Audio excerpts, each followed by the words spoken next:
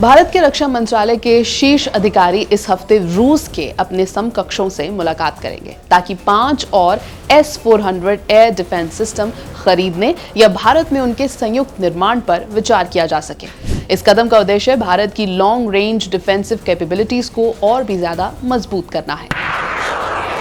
प्रधानमंत्री नरेंद्र मोदी ने हाल ही में ऑपरेशन सिंदूर के बाद आदमपुर एयरबेस पर S-400 सिस्टम को प्रदर्शित किया था, जिसने भारतीय वायुसेना की शक्ति का प्रतीक बनकर सबका ध्यान खींचा था। इस डील को 5 दिसंबर को भारत में होने वाले भारत रूस वार्षिक सम्मेलन से पहले मंजूरी मिलने की उम्मीद है, जब रूसी राष्ट्रपति व्लादिमीर पुतिन प्रधानमंत्री मोदी से मुलाकात करेंगे।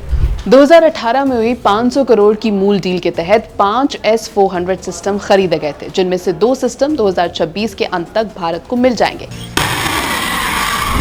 अब भारत और रूस के बीच 5 और सिस्टम खरीदने पर बातचीत चल रही है, ताकि देश की 7000 किलोमीटर से ज्यादा लंबी बॉर्डर पर सुरक्षा और पुख्ता किया जा सके और नॉर्दर्न कमांड क्षेत्र में एयर डिफेंस गैप को भरा जा सके।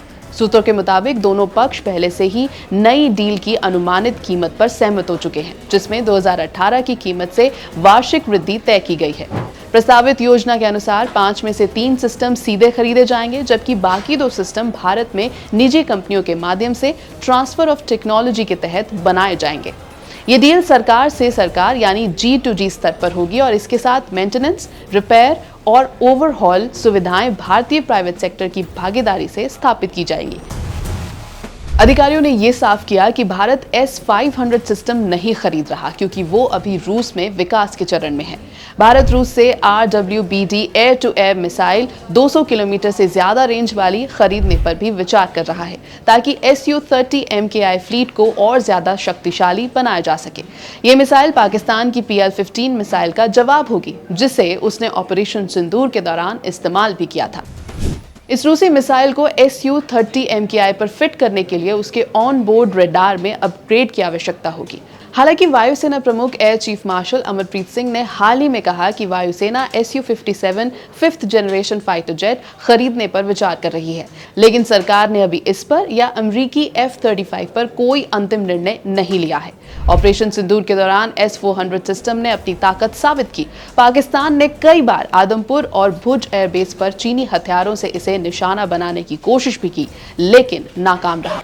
मई में शुरुआती हमले के बाद S-400 सिस्टम के डर से पाकिस्तान ने अपने सभी एयर एसेट्स को 300 किलोमीटर सीमा से पीछे हटा लिया था।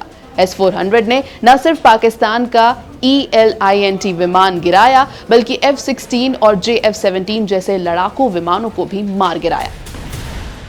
S-400 सिस्टम ने खुद को न सिर्फ एक शक्तिशाली स्टैंड ऑफ वेपन के रूप में साबित किया, बल्कि ये पाकिस्तान की हवाई महत्वाकांक्षाओं के लिए एक मजबूत डेटरेंट भी बन गया। ABP लाइव की इस रिपोर्ट में फिलहाल इतना ही। मेरा नाम है श्वेता शर्मा।